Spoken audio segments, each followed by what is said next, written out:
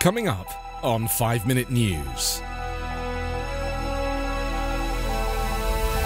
DeSantis feuds with Biden White House as COVID cases rise.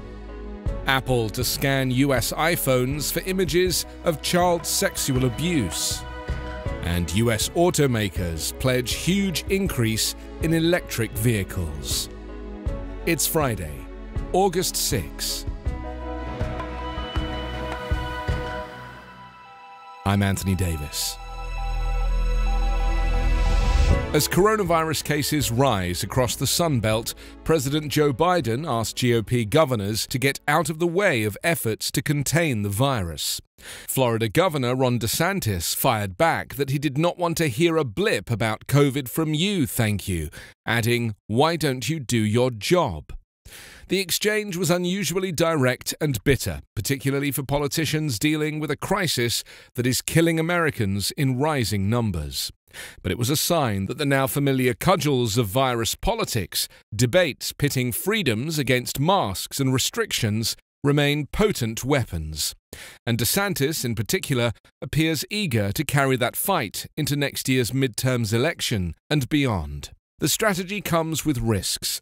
DeSantis is up for re-election next year and is frequently mentioned as a 2024 presidential contender. His national profile has risen in large part because he spent the early part of the pandemic pushing a message that prioritized his state's economy over sweeping restrictions to stop the spread of coronavirus.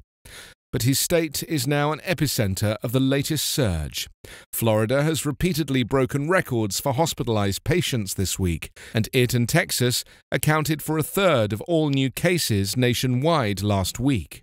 Despite the death toll, DeSantis has responded by banning mask mandates in schools and arguing that vaccines are the best way to fight the virus, while new restrictions amount to impediments on liberty. The White House is now casting what's occurring as a more localized concern, primarily affecting areas of the country that have lagging vaccination rates and that have not followed federal guidance recommending face masks in areas with high case rates.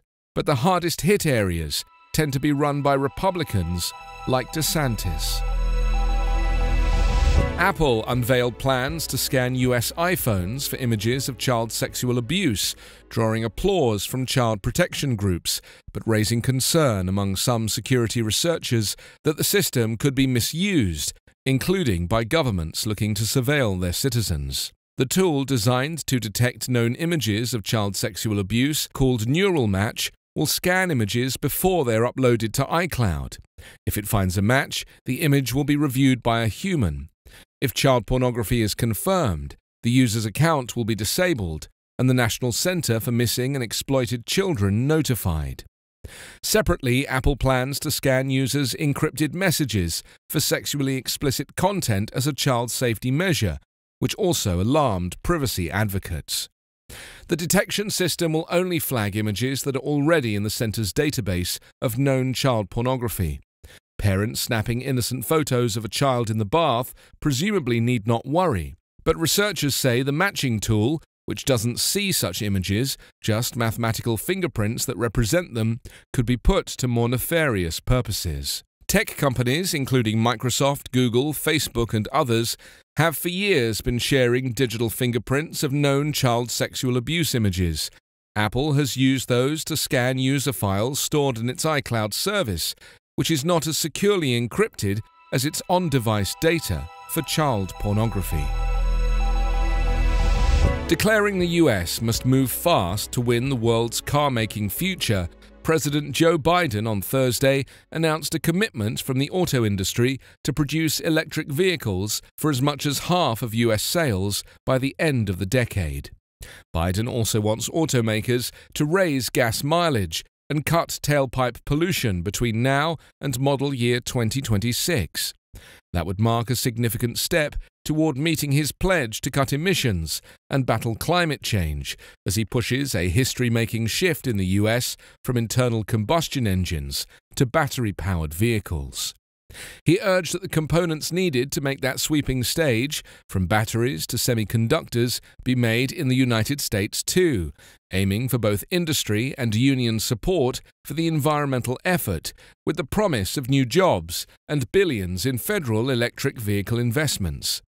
Pointing to electric vehicles parked on the White House South Lawn, the president declared them a vision of the future that is now beginning to happen. You can subscribe to 5-Minute News on YouTube with your preferred podcast app. Ask your smart speaker or enable 5-Minute News as your Amazon Alexa flash briefing skill. Subscribe, rate and review online at 5minute.news. 5-Minute News is an Evergreen Podcast covering politics, inequality, health and climate, delivering independent, unbiased and essential world news daily.